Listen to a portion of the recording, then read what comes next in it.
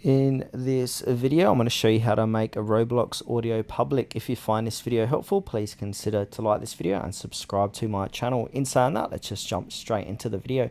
Okay, so what we want to do, I'm using a web browser for this, so go to roblox.com, sign into your account. Then from here, we want to go ahead and click on the create button. Then from here on the left hand side, look for the creations tab and click onto it. Then from here, to the right hand side, we've got a different tabs here. Click into development items and then also click into audio. Now inside of this page, I just quickly added in some audio here. So you want to go ahead and click into the audio that you'd like to make public. So I'm clicking into here. Now make sure we're on the configure tab and then scroll down.